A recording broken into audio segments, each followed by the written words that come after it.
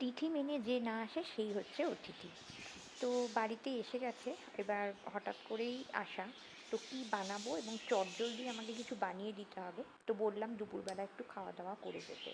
তো বানাবো মুসুর ডাল। মুসুর ডালের মধ্যে পেঁয়াজ, রসুন, আদা, টমেটো, কাঁচা লঙ্কা আর নুন, হলুদ, তোমার একটু সামান্য তেল আর জল দিয়ে একদম প্রেসার কুকারে বসিয়ে দিলাম। এবার 2 থেকে 3টে স্টিম তুলব।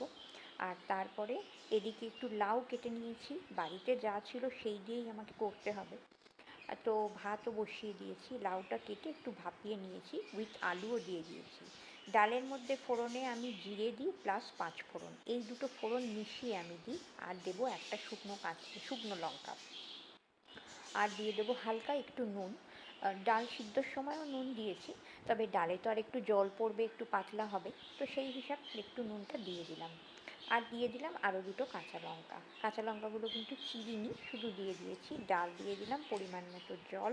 নামানোর আগে শুধু একটু মিষ্টি, দ্যাটস ইট, ডাল আমার ফুটে গেছে। তো আমি এইভাবেই ডাল করি, ভীষণ চটজলদি হয়ে যায় এবং তাড়াতাড়ি হয়ে যায়। তো দ্যাটস ইট, ডাল রেডি। এদিকে ভাতও আমার হয়ে এসছে। আর একদিকে কড়া বসিয়ে দিয়েছি, বসিয়ে দিয়ে তার মধ্যে চিংড়ি মাছগুলো ভেজে নেব।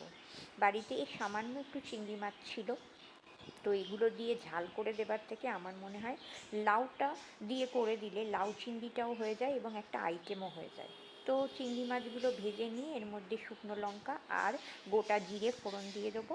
আর তারপরে যে সিদ্ধ করে রাখা লাউটা সেটা, আর এটাতে আমি টমেটো, আদা, কাঁচা লঙ্কা, 2 কোয়া রসুন এই দিয়ে বেটে রেখেছি। আমি কিন্তু এটাতে পেঁয়াজ দিই না, মানে লাউতে আমি পেঁয়াজ দিই না। তো এর মধ্যে রেগুলারের যা মশলা, নুন, হলুদ, লাল লঙ্কার গুঁড়ো, তারপরে তোমার ধনে গুঁড়ো, জিরে গুঁড়ো আর একটু সামান্য কাশ্মীরি রেড চিলি পাউডার। এবার এটাকে ভালো করে মিশিয়ে নেব।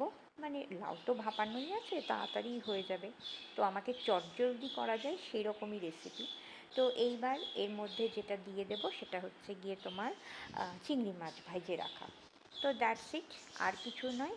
এটা নামানোর আগে ওপর থেকে জাস্ট একটু মিষ্টি আর একটু ভাজা মশলার গুঁড়ো আমি ছড়িয়ে দিই, আমার লাউ চিংড়ি রেডি।